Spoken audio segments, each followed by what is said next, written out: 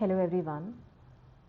There is an article on gig economy from EPW written by Gayatri Nair. It is basically a book review, but through this book review, I will try and bring into focus the gig economy and how to analyze it through sociology perspective. So, first of all, talking about the syllabus, we have in paper one, work and economic life. So there are segments on social organization of work in different kinds of society. So this would particularly gig economy will fall in post-industrial society, or a society that is transitioning from an industrial setup into a post-industrial setup. But it is also present in societies like India, where you have agricultural economy is dominant, right? But we also have service economy, we also have industrial society and post industrial society. So everything kind of functions within a transitioning society like India, if we contextualize here. Then there is also a segment on formal and informal organization of work, and as we all know, gig economy would definitely fall under informal sector. Then labor and society. So what is labor and society? Basically, we are trying to understand the intersection of labor and its role in society, the kind of economic relation it has, the employer-employee relation, the kind of income facilities they have, the social security, everything. Then in paper 2 also we have a segment called uh, industrialization and urbanization in India. So there we have a segment called working class, structure growth, class mobilization, and we also have informal sector. So from this particular, this whole term of gig economy, we can basically see that it is very much relevant for a sociology optional paper 2 as well as 1. Now, if trying to understand gig economy from a sociological perspective, let me give a background. So, as I told, gig economy will fall under a post industrial kind of a setup. It is a form of a global economic relation, because there is a lot of interconnection within different nations, and on top of that we also have a service sector, and technology is the basic ground through which this gig economy functions. So digital economy is a major factor that shapes gig economy now. Gig economy basically means it is a casualization of labor force, right? So you will have a flexibility kind of a relationship as far as workers are concerned, the kind of number of hours they are supposed to give to the economy, the kind of engagement they have with the work. It is very flexible, and with that comes up a lot of risk also. Risk in terms of their the precarity in which they can be outsourced. um, it is very insecure, because they can be asked to leave the job at any point of time. So these are certain tenets that we need to keep in mind while we are talking about gig economy. And here, so two things become very, very important. As I said, flexibility and risk. So it is very flexible. The job that is provided to them, there is an inbuilt flexibility. So we all know the examples in terms of Uber drivers, then also this whole food sector economy that is growing up, Swiggy, so the delivery guys. So what is the kind of control that the managers have? That also we will try and discuss here. Then it is very interesting that the risk of the responsibility for the risk is not borne by the corporates, right? Whether the food is delivered or not, that run gig platforms, but it is instead outsourced to the consumers bear the risk.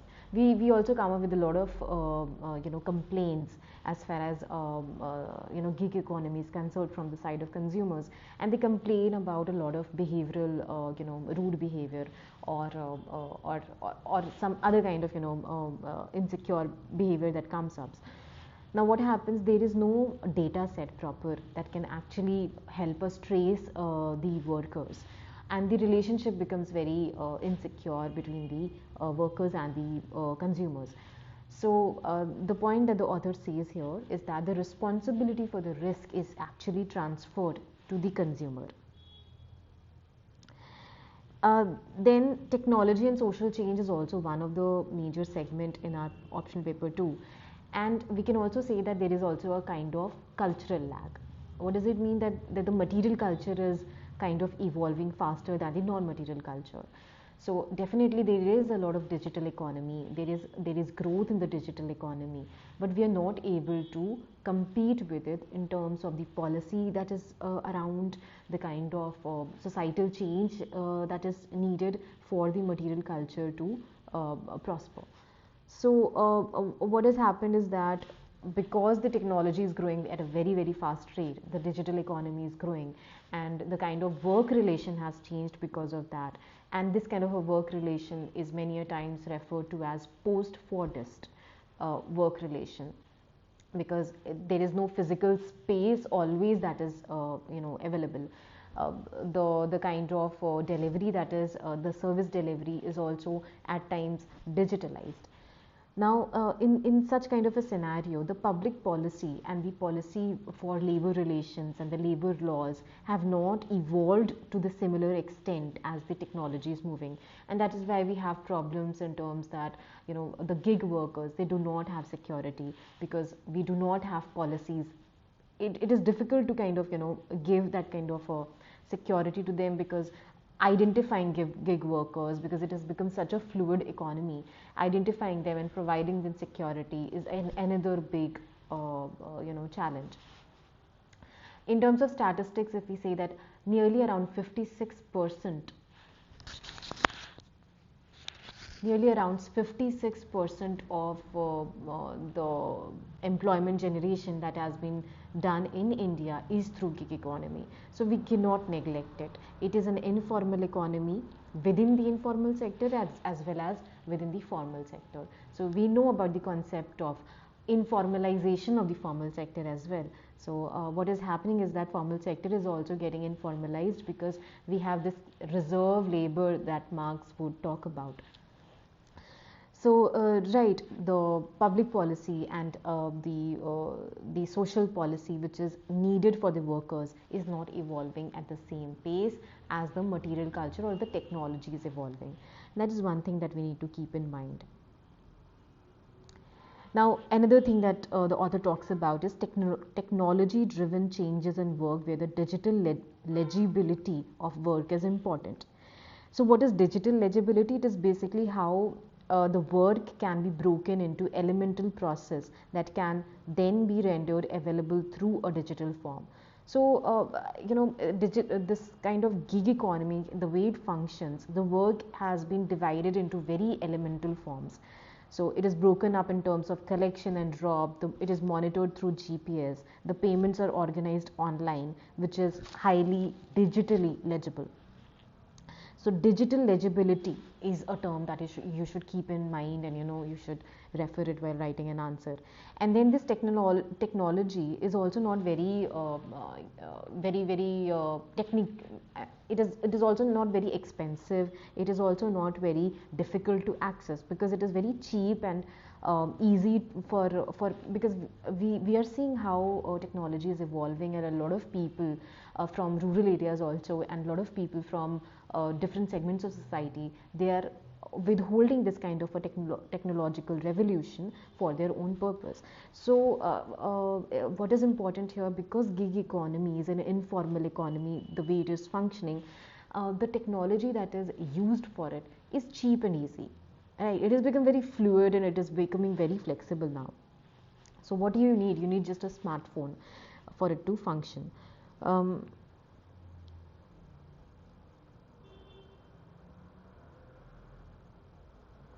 So what is happening? There is a kind of surveillance of the workers, and there is a whole marketplace where the relations between the clients and the workers, it is changing. So the role of technology is also to serve, is also kind of surveying, and it is the process of surveillance functions upon the workers as well. So the managers are not directly conducting surveillance of the workers. On one hand, the managers do that, which was there in Fordist economy, but the technology itself is, helping in this whole process of control and surveillance. Now, very important term that you need to mention is precarity. Now, the precarity basically is an informal way in informal sector in which the workers, for the workers, the sector is very insecure, and it is they can be very easily asked to leave the job. So there is precariousness in the kind of work that they do, in terms of security, certainty, and the benefits. So precarity is a new emerging class. It has been coined through sociological. It is a sociological term. Precarity is a new emerging class that is informal in a post-Fordist society, in a global economy wherein there is a lot of uncertainty, insecurity, and the benefits are not provided to the workers. Most of the times, also there is a debate that whether the unionization of the workforce has kind of diminished. So yes, I mean the earlier how automation functioned, there was, we know that Marx would also talked about, he also talked about collective action and collective union, the way it functioned. So earlier there was a unionization of the workers, there was a kind of solidarity, and the whole consciousness had, it used to develop that how exploitation functions. But now within gig economy, what we are seeing is that there is lack of unionization. Why? Because the workers are they are spread in a way wherein the idea of collective action is very rare. So they do not meet very often. They are the kind of job it is, the collective unionization is a problem. It is not a physical space where they're working and meeting every day and trying to understand how they are socially alienated. So definitely there is social alienation, there is insecurity, there is a lot of enemy as far as the individuals are concerned, but it is not manifesting in the form of a union labor. How it should, they should unionize and there should be a collective action, that it should finally turn into a political action. One thing, but it is also changing. We are seeing that Uber drivers and Ola drivers, they're also coming up with a union of themselves, which is also digital now. I mean, they are trying to collaborate digitally. So there is a shift, but yes, definitely, as far as earlier industrial unions were concerned, it is not so.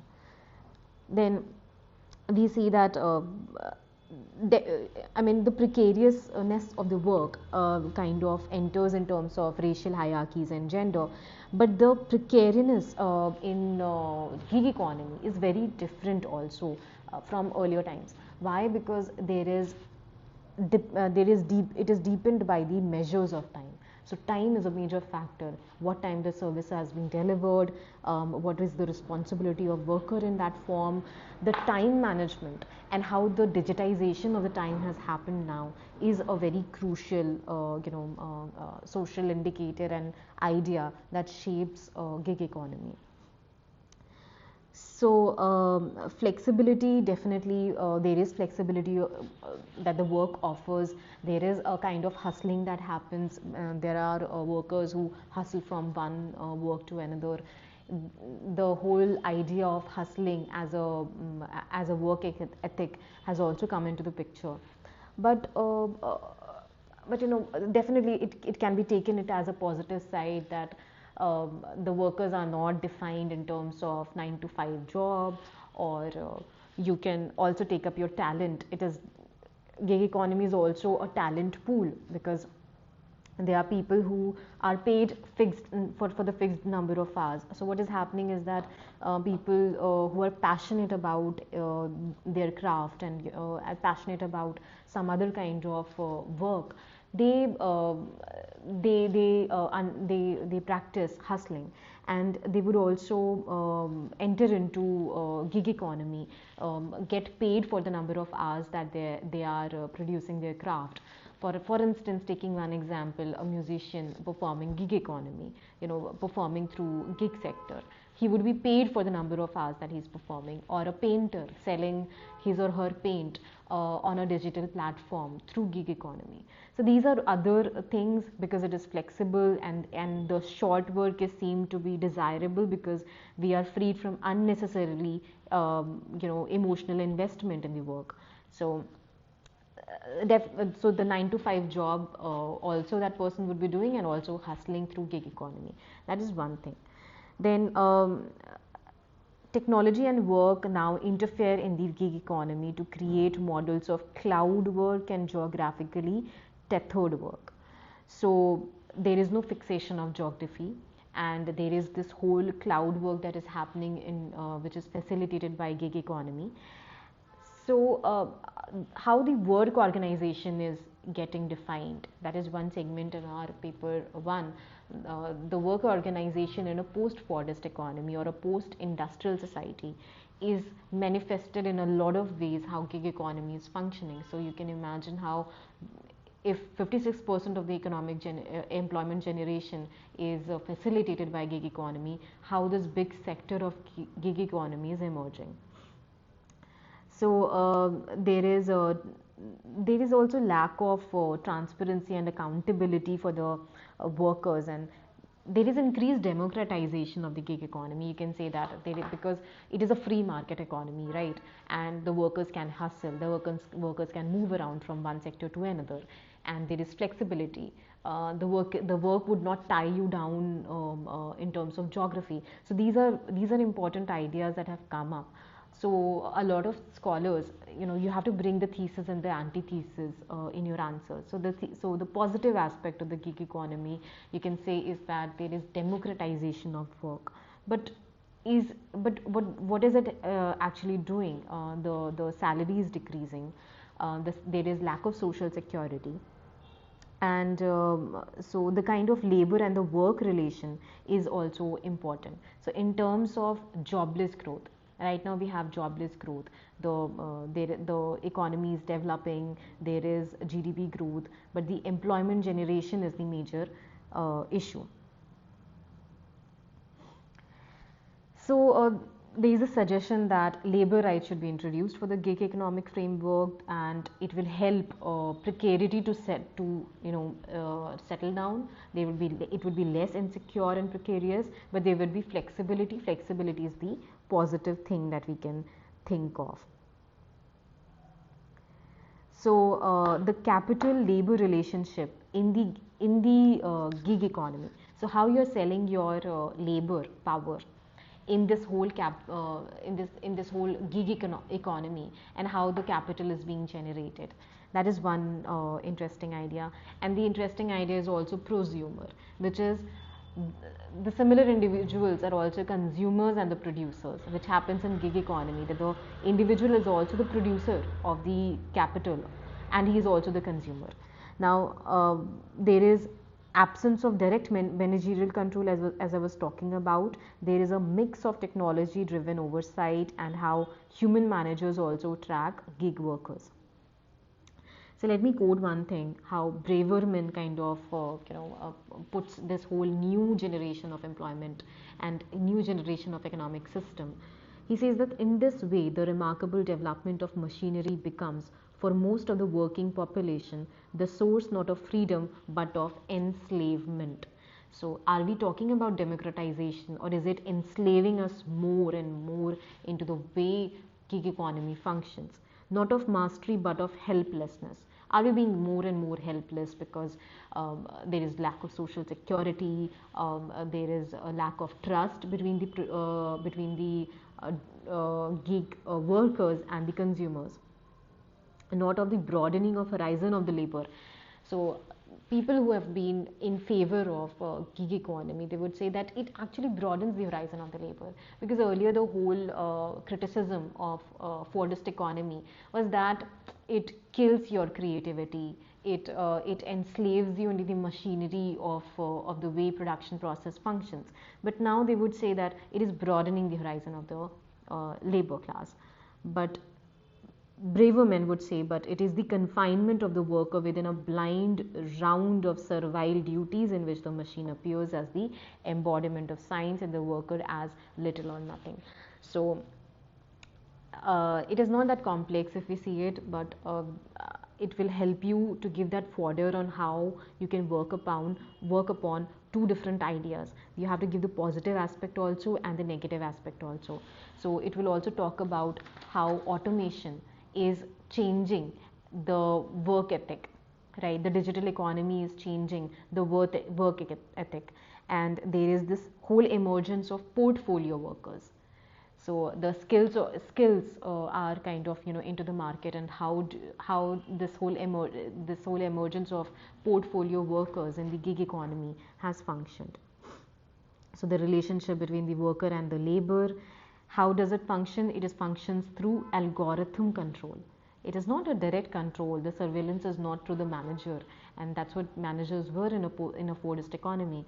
But now it is through algorithm. So complex algorithm that would help us to access and about the complaint mechanism. So you have all that review section, and through that it also goes down to the top managers, and who are accessing it digitally but not physically. So Uber model gives you that whole idea. Then Braverman's work to understand how technology, capital, and labor interact to the detriment of the latter under capitalism. So in a post-Fordist economy, in a global economy, he says that there is an intersection of technology, capital, and labor, but the labor is at the loss. How this whole democratization of work, as a few people would say, it is not democratization of work, rather it creates a structure of detriment for the workers. So it diminishes the worker. So labor in the gig economy is not only generating value through the production of services, but also producing data that can be used to develop and enhance production. So the whole game of data, the data is so crucial in the gig economy, that it is also creating a value. So the idea of value, labor value, is also changing, right? Because the kind of value that the worker provides, and the consumer is also providing value. So is the consumer also the labor in the gig economy? That is a question that we should think about. So the line that was clearly drawn in a Fordist economy between the consumer and the producer has been blurred, because the consumers, through data generation, they're also creating value. So are they also a part of the labor class? That is one question that a lot of scholars would think about. Then it is a class of shadow workers, because they are both the consumers and the workers. The role of the gig workers as knowledge producers, because there is so much of data generated in the entire process, they become knowledge producers. And you should think about how gig economy has evolved during pandemic phase. The model of risk has been outsourced to the workers, and the responsibility has been outsourced to the consumer. And where are the owners of the gig economy? They are not in the picture so much. They are always on Twitter and social media and the digital platforms through which they are trying to access and monitor. So the whole idea of work ethic and work from home also comes up through gig economy. So right, what do we take away from this particular segment is how we can use the idea of gig economy while we are talking about questions from paper 1 as well as paper 2. There is informalization of labor, but what kind of informalization of labor? Through gig economy, there is this new generation of class, that is precarious class, and it is the new emerging class. The kind of labor and the kind of relation is there between the labor and the capital, that we can discuss. The kind of relationship between the employer and the employee, that has changed. A new kind of working class environment has emerged. It is a global economic relation. It is a post-industrial / post-Fordist economy that we are talking about. There is definitely informalization, but what kind of informalization? It is both it is referring to flexibility of work, as well as it is referring to the risks that has been generated. Then the idea of prosumers that you can relate to. Then you can also talk about knowledge being generated through data as part of the gig economy, and where is the data privacy, that whole debate that comes up. So when you're talking about it sociologically, bring Marx also into the picture, talk about the collective action, the social solidarity. Is there an antagonism between the working class and the bourgeois class? Is that happening? Or because it is so widespread and it is so so much considered as a democratic forum now, that the collective action has diminished. So these are the questions that we need to think about, and the whole idea of bringing this into focus was to open our minds towards this new sector and use certain technical terms which are important for sociology while writing our answers. Thank you.